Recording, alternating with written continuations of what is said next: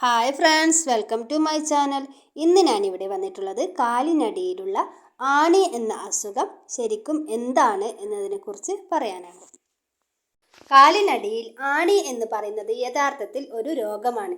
ഇതിനെ വൈദ്യശാസ്ത്രപരമായി plantar what എന്നാണ് പറയുന്നത്. ഇത് സാധാരണയായി കാൽപാദങ്ങളുടെ അടിയിൽ, പ്രത്യേകിച്ച് ഭാരം വരുന്ന ഭാഗങ്ങളിലാണ് കാണപ്പെടുന്നത്. പ്ലാന്റാർ വാട്ടിന് കാരണം ഹ്യൂമൻ പാപ്പിലോമ വൈറസ് ആണ്. വൈറസിന്റെ ചില പ്രത്യേക വകഭേദങ്ങളാണ് ഈ അവസ്ഥയ്ക്ക് കാരണം.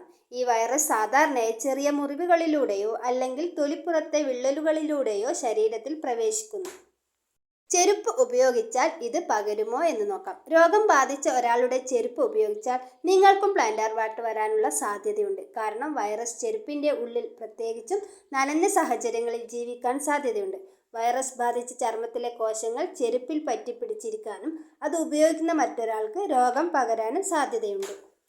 അതുകൊണ്ട് വ്യക്തിപരമായ ശുചിത്വം പാലിക്കുന്നതും മറ്റൊരാളുടെ ചെരുപ്പുകൾ, സോക്സുകൾ തുടങ്ങിയവ ഉപയോഗിക്കാതെ ഇരിക്കുന്നതും പ്ലാന്റാർ വാട്ട് പോലുള്ള ചർമ്മരോഗങ്ങൾ വരുന്നത് തടയാൻ സഹായിക്കും.